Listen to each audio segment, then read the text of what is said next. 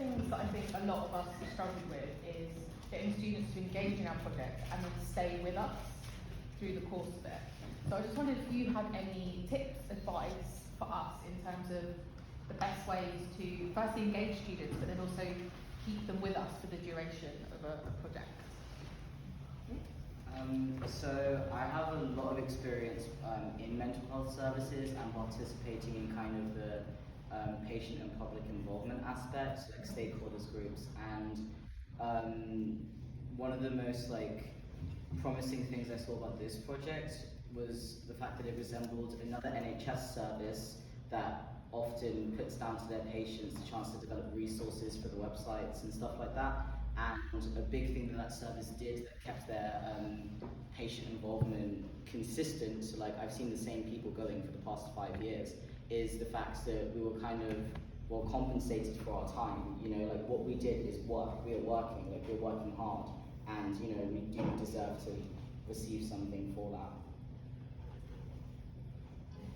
I think making it feel genuine, not making it feel like a tick box, not making it feel like this is just something we need just to kind of sign off on the end of the year or anything like that. And I think definitely having our feedback involved in it, having what we would want to come out of it, our outcomes, was definitely something that made it feel genuine, made it feel like we're making a difference and seeing that. Like Jodie was saying, the feedback that you get to be able to produce a video like this, it gives encouragement for others to participate. They can see people's real lived experiences. Also, I think as well, for you guys to actively be in the classes, make appointment times where you can come and speak in the class, where the lecture hall, where students are, so they can see we are just like them. I think for me, at first I was enticed by the prospect of pizza, because I didn't really know what I was getting into, so I was just kind of oh, I'll come for food, But as it went on, I kind of got to know the people on it, and like Jerry was saying, with it being genuine, I felt like I was coming along and making a bit of a difference, if that makes sense. So I don't know, that's fine again. Any other questions?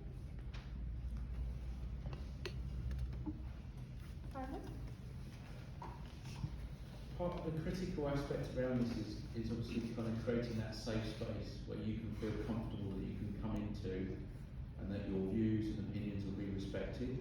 And I'm just wondering, how are you given that sense by London South Bank that is the case? And were you able to also contribute to kind of co-creating that as well? What are the features for you about what makes a safe space to be able to share some of these things with colleagues and members of staff at South Bank? Well, for me personally, being the social being that I am, I spend a lot of my time in the library. Familiar face, people would often come in, have pre-conversations, and in those conversations it would come up about mental health. And like I said, I feel like I'm an advocate for this service in order to point people and reassure them that it's okay to talk about your mental health, it's okay to feel down today, and it's not going to stop you from getting that degree. It's something that is just a moment maybe, but there's people there that you can talk to. I very much feel like I'm an advocate for this kind of service to keep as an envelope, to keep people, I don't know what the word is, but just to encourage people to be able to speak about mental health, especially being a Black person. I was going to say, for me, honestly, what made it a safe space, and I think that's a big thank you to Andy, was that seeing someone in a senior position that was Black like me, was able to understand the challenges that he went through, and also what we go through, and not feel like where I was ever felt undermined or felt like I had to justify myself or justify how I'm feeling. It was a very safe space to open up about you know, certain personal things as well, and not feel like I had to live up to a certain example of what being a black student in South Bank and having mental health issues. It felt safe to share that. There wasn't any guilt or any, you know, ridicule. It was a safe space that we can kind of like bond and talk about it and come to different outcomes of how we accept that. And I think also like new understanding of, you know, differences that may not be my experience or other experience that I can take on. So that was definitely what made it a safe space as well. I feel like for me, I don't know, I like when people just kind of listen, because I ramble a lot and I can't get to my point. So like if I feel like, I don't know, like someone else is trying to guess my point, I just kind of like stop talking, because like I feel like I'm wasting your time, and that's why you try to get to the point. So I don't know, if you just kind of just sit back and just listen to my rant, then you'll get to the point eventually. But yeah. Well, what really helped me feel like this was kind of like a safe environment was, I guess, the level of empathy. Like the projects that we were doing was very holistic, and we were very like, Andy was very aware, obviously, that he wouldn't have the same perspectives as everyone else when he was like speaking to us at the start. And so when students brought things up and went, oh, but I feel like this should be something that's considered, I feel like this is a direction that should be taken, we did consider those things and we did take those directions. And I think seeing that kind of immediate cause and effect really helps you feel like you're not just, you know, it's not just like a tokenistic experience. It's not just them, you know, going, okay, well, we've done this, we've looked out for the black students. Like, what we did mattered, and they wanted it to matter. Yeah, I think that is definitely a takeaway point. Like, Andy made it so, for us to be involved, there was no, what we said felt like it mattered, and at the end of what we said, there was going to be something to show. That's what it felt like, participating in it. This is the first time I've participated in something like this. And I didn't imagine that I would come to university and participate in anything at all. My daughters had warned me, like, just go there and keep your head down and be a free. Don't talk to too many people. But having met Andy and the group, like, I'm just, every time there's an, you know, come and give your views, come and, if my views are going to be evaluated and broadcasted like this, it feels so good. And I think that kind of goes back to your first point of like the longevity. I think a couple of us have been here from like 2 years, and I think those outcomes helped us continue on and say, yeah, we're going to continue on with the project, make sure we're attending, make sure we're going to, if there is any task. And I think that was definitely like a big factor in that as well. Is it Geraldine?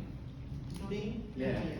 Do you think that kind of messaging would also, you know, putting your parent hat on, because I think that's a really interesting position that you've been in, and what you talked about on the video was really eye-opening.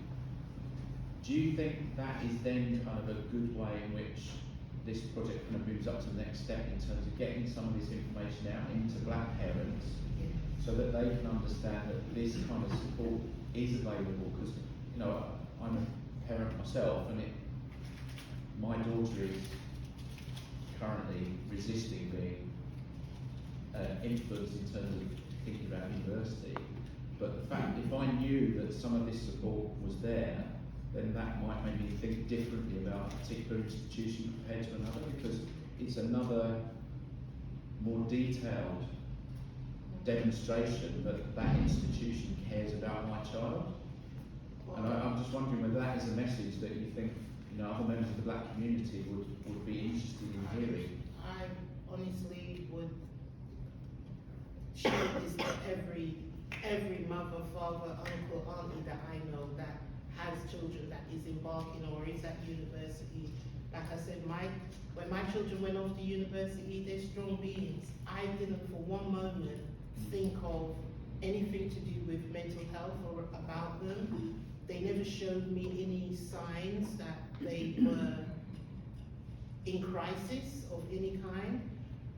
But when I compared them to other people that I knew, other children, it kind of made my heart sink a little, because they didn't have the support that I gave my children, say, or I'm more vigilant to see that, like, today your eyes are not dancing, usually they're dancing, what's up? Because we're so used to saying, oh, everything's fine, everything's good, you know, life's good. But the reality of it for a parent, when, I was like, for a lot of children, going to university is the first time they're leaving their homes. They come with great expectations, and sometimes those expectations aren't fulfilled, which then lead to mental health crisis. As a parent, my child's come home on an Easter break. I want to be able to have a conversation or go to a portal and say, okay, my child doesn't look very well today, like, you know, they're not talking, what can I do to assist? Something like this would give me valid information that I can then say to them, oh, you know, the university's got this, you know, little project, or, you know, there's a group at the university that, you know, you can talk to, or me, as a parent, can get information from, in order to say, Geraldine, you know what, I think we could be able to do this. Like, I think this project and what we are trying to achieve is going to show. And, sorry, the other members of the group, do your parents know that you're doing these things? Well, my parents know I do a lot of things. I'm a very project person. If something's happening, I want to be part of it. Yeah. But one thing that really struck me about what you said earlier is that you said that it would, you know, that maybe someone would be influenced to go to one institution over another because of the support that that institution provides. And while I do think that that is a positive thing for our university, I do think it's really important for all universities to have this kind of support in place. There was a recent paper that came out, the Green Paper, and in response to that, Special Needs Jungle released another report basically stating that it shouldn't be that someone who knows they need support has to select a certain area, a certain school, just to receive that support. Like, I'm autistic, and a lot of people tell me, oh, if you're going to think of doing a master's degree, you should do it at Kent. Kent has really good autism support. And I go, yeah, but like, what if they don't do the thing that I like? Like, then I don't want to go there. And, you know, someone's choice shouldn't be limited to, oh, you should go to this university because they care about black students. All universities should be caring about black students. Any final questions, Susie? I guess I just wanted, probably drawing on what Nadia and Michael just said, but what do you hope other universities should do to support black students' mental health in the future? I guess if there was sort of one thing you could take away from the project and kind of spread that out to lots of other universities, what do you think is really important? I'd probably say, I know it sounds really like an easy answer, but to duplicate this type of project, I think it's amazing. I know I'm biased, but I just feel like the projects that we've been, the tasks we've been doing, going from the start until now, just seeing the kind of like journey, it's just more understanding. You know, it's definitely impacted my personal life and my professional journey.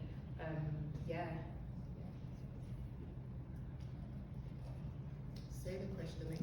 I was listening. Black lives. I just wanted to know what you would encourage other universities to do to support black students' mental health. It sounds like you're all really passionate about the whole project, which is amazing. And are there particular parts of it that you think are really important that you would encourage other universities to do? As like Geraldine said, it's to duplicate this would be great. I never thought about the fact that something like this didn't exist. I personally just thought that something like this existed in 2023. I suppose that's probably what kept me at the beginning, because it wasn't pizza that made me but I think it was like our first week at South Bank, and a friend said to me like, oh, I'm gonna go to this, you know, this thing, and do you want to come? And I said yes, and I stayed, and she didn't come back. And I feel like for South Bank to be, for Andy to be doing this is just wonderful, because it is something that can be repeated, and I think for other universities, for other black students at other universities to see that, oh, it has been a success here, would encourage them to, you know, duplicate it and to replicate it and do all those things to make it even better. Because one thing I have learned in doing this psychology degree, something that can be replicated is good.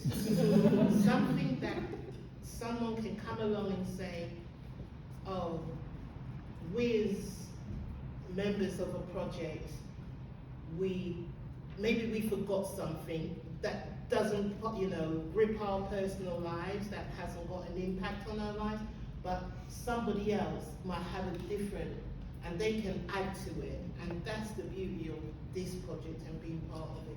Being able, leaving it, knowing that something can be added that's going to enhance everything and make it even be better. When it comes to, I agree, by the way, like the most important thing is to replicate this. And I especially agree with you, Nadia, because we're both in the same psychology course. One thing I do know is that everything's very contextually based, you know. Everything we create is for the time and for the context in which we created it in. And our experience might generalize for now, but it's not going to generalize always, and we need to make sure that we're still keeping up on things and checking up on things and making sure that we're still going in the right direction, rather than, you know, making ourselves a straight line and following it. It's really interesting. One final question. I don't know if other people know more about this project. Sounds fantastic, and your involvement is amazing, clearly also for yourself as well as for others. But can you give us an example of, in practical terms, what kind of tasks did you do? What kind of activities? Were they groups? Were they? So I just don't understand exactly how, for example, would somebody replicate? What kind of activities did you actually do with the students? Well, I know my colleagues did a lot more activities than I did. The roles that I've done with Andy has been like, and I went into a building. This is the first time I'm coming into this building. I passed the building at the end. I had never even known that it was student accommodation, and to go there with Andy and to do questionnaires and to encourage people to come. Did you know that this was going on? And that was really enlightening for me, to be able to talk to people, to make them be aware that this is going on, this is here, and that people care about your mental health. This is what we're doing for the future, for you and others to be able to talk about their mental health. We did like, there were focus groups, numerous focus groups, so you know, it wasn't just one and done. We came back, we did focus groups on smaller aspects. We do it both remotely, so sometimes we're doing video calls and meetings over Teams, sometimes we're meeting in person, like pizza, for example. And then we also did, we had a lot of an active role in the advertising. We put up posters, we introduced it to people. I was introduced to it by another group of black students who participated in this project as well, who walked up to me and went, "You'd probably like this, just let you know this is going on." And I was very excited because a lot of my feelings in education is me going, why didn't I know this was happening? And, you know, for once I knew and for once I went through it. We did, I think there was also... the podcast. Oh yeah, there was podcasts. The podcast was good. There was the video, there was, we did questionnaires, like surveys that you could take online. From what I recall, it's been like a 2-year-long thing comprised of many other smaller things, but yeah, basically in any way you could think of involving students, that's what we did. Yeah, the podcast was good. Mm-hmm. Yeah, I really enjoyed the podcast. Right, there's like a mentoring thing going on, so that's fun. And then we've also, I was also able to go to the Black Pride event as well, so we're able to do some signposts in there for other students or potential students that was coming to LSE. Again, we were able to kind of like tell them this is one of the projects that we've got there, and we was able to do a talk as well with other university professors that was there as well. So wider signposting in the community as well as on campus as well to make sure students are aware as well. Thank you. Well, I'm sure we could ask questions all day, but you guys are busy. I know you've got other appointments to get to. Thank you for sharing your insights, and like you were saying, Geraldine, that kind of journey that you've been on through the life of the project as well. I think it's been really interesting. So thank you again to Michael, Geraldine, Nadia, and Zoe.